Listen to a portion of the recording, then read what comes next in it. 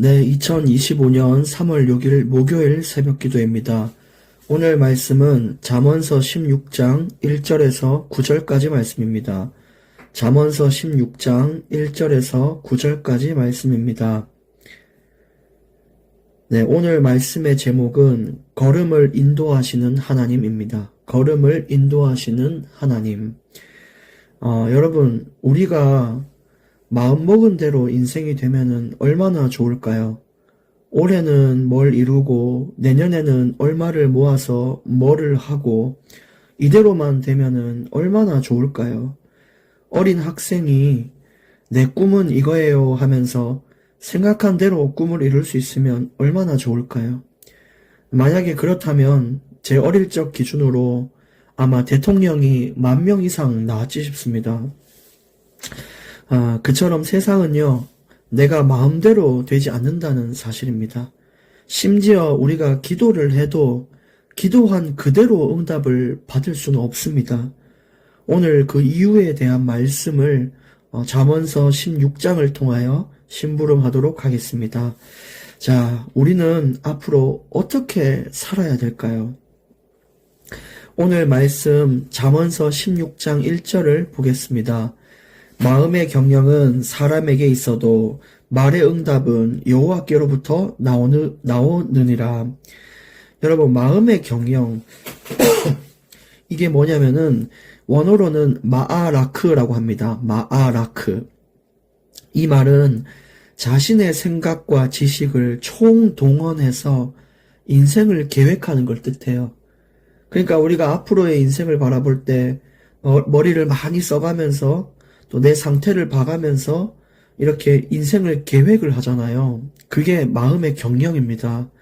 근데 거기에 대한 말의 응답, 즉 그 응답의 결정은 하나님이 하신다는 거예요. 우리가 아무리 중요한 걸 계획하고 또 설계하고 이렇게 준비할지라도 그대로 되는 것이 아니라 하나님이 허락하시는 응답만 받는다라는 것입니다. 하나님은 우리에게 맞는 것으로 주시고 가장 필요한 것만 골라서 주십니다. 그 이유가 16장 2절에 나옵니다. 사람의 행위가 자기 보기에는 모두 깨끗하여도 여호와는 심령을 감찰하시느니라 그랬습니다. 여러분, 우리가 우리 자신을 생각할 때 계획이 완전한 것처럼 보이잖아요. 또 우리가 지금 잘 살고 있다, 바르게 살고 있다, 그렇게 확실하다라고 믿을 수 있잖아요. 근데 하나님은 우리의 행동을 넘어서서 우리의 내면 깊숙한 동기까지도 보신다는 거예요. 예를 들어 어떤 사람이 봉사와 구제를 한다. 그거 자기가 볼 때 잘하는 거잖아요. 자기가 볼 때 깨끗하고 하나님 앞에 선한 일을 하는 거지 않습니까? 근데 하나님이 우리 내면을 봤을 때는 그 안에 동기가 어떠한가를 살피시는 거죠.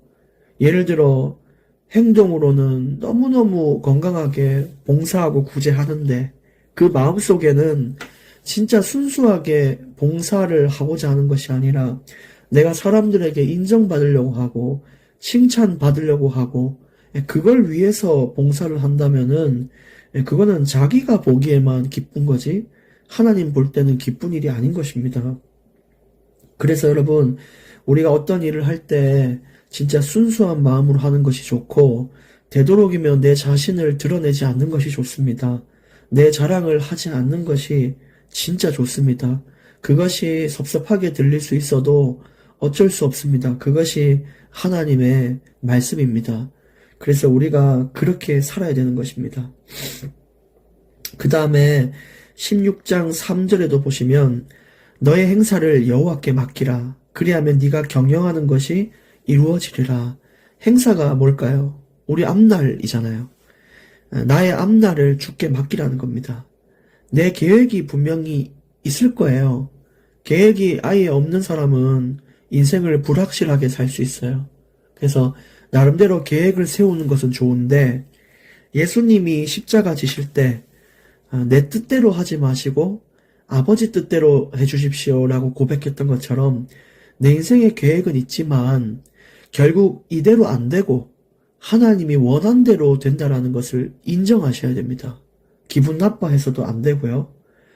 그렇게 되면은 네가 경영하는 것이 이루어지리라. 이 말이 여러분의 그 마음의 소원이 이루어진다고 말씀하십니다. 4절 여호와께서 온갖 것을 그 쓰임에 적당하게 지으셨나니 악인도 악한 날에 적당하게 하셨느니라. 우리에게 우리 삶에 어렵게 만드는 악인들 있죠. 우리를 괴롭히고 힘들게 하는 그 사람도 하나님께 맡기라고 하는 거예요. 왜냐? 그 사람을 당장 없앨 수는 없어요. 하나님이 쳐서 하늘로 굴러가거나 이럴 수가 없어요. 왜냐하면 그 악인을 어떤 적당한 쓰임을 위해서 여러분 곁에 남겨두셨다는 것입니다. 예를 들어 요셉의 형들이 우리 볼 때 악인이잖아요. 근데 형들이 요셉을 애굽에 팔면서 그렇게 되면서 애굽에서 하나님이 허락하신 그 요셉의 사역이 시작됐고요. 또 가룟 유다가 예수님을 팔았지만 십자가의 사건의 길을 여는 역할을 또 하게 됐던 것처럼 여러분의 악인들이 아주 적당하게 쓰임을 받기 위해 존재함을 인지하셔야 돼요. 그리고 그런 사람을 맡기면 하나님이 알아서 이렇게 하십니다. 5절 무릇 마음이 교만한 자를 여호와께서 미워하시나니 피차 손을 잡을지라도 벌을 변하지 못하리라. 이 교만한 자가 누구냐? 앞서 말한 대로 앞길을 여호와께 맡기지 않는 자, 하나님이 우리의 응답을 결정함을 인정하지 않는 자, 그게 교만한 자예요. 내 계획대로 살고 하나님이 내게 허락한 그 길을 인정하지 않는 자, 그런 자인데 그건 여호와의 미움을 사는 행위입니다. 그리고 이런 사람들은 손을 잡을지라도 벌을 면하지 못한다. 이 말이 그 교만한 자들이 자기 꿈을 이루려고 열심히 합력을 해도 결국 그 뜻은 이루지 못하고 하나님이 주시는 벌을 받게 되는 겁니다. 그러니까 하나님이 계획한 것은 누구도 못 말리고요. 하나님이 계획하지 않은 것은 그 누구도 이룰 수가 없는 것입니다. 그래서 안 되는 걸 가지고 발버둥 치시지 마시기를 정말로 그렇게 축복하며 원합니다. 6절 인자와 진리로 인하여 죄악이 속하게 되고 여호와를 경외함으로 말미암아 악에서 떠나게 되느니라. 여러분 하나님의 은혜를 통해서 그런 교만을 깨트리라고 이야기하고 있습니다. 진짜 하나님께 교만이 깨어질 수 있도록 은혜를 간구해 보십시오. 그리고 진짜 인생의 답은 여호와를 경외함입니다. 죄 짓는 사람도 여호와를 경외를 하게 되면 악을 떠나게 된대요. 폭력을 일삼는 사람이 여호와 경외를 깨달으면 폭력이 멈추고 도둑질이 멈추는 것입니다. 7절 사람의 행위가 여호와를 기쁘시게 하면 그 사람의 원수라도 그와 더불어 화목하게 하시느니라. 그래서 여러분 선하게 살고 선한 영향력을 끼치시고 다른 악한 것들, 악한 사람들 그런 것들은 하나님께 맡기시고 우리는 우리의 선한 대로 그냥 살아가야 됩니다. 그렇게 되면 어떻게 되는지 아세요? 원수라도 화목하게 하시느니라. 그 원수를 변화시키고 돌아오게 합니다. 우리의 그 선을 보고 우리의 정직을 알게 되고 그 사람이 변화되는 응답이 와요.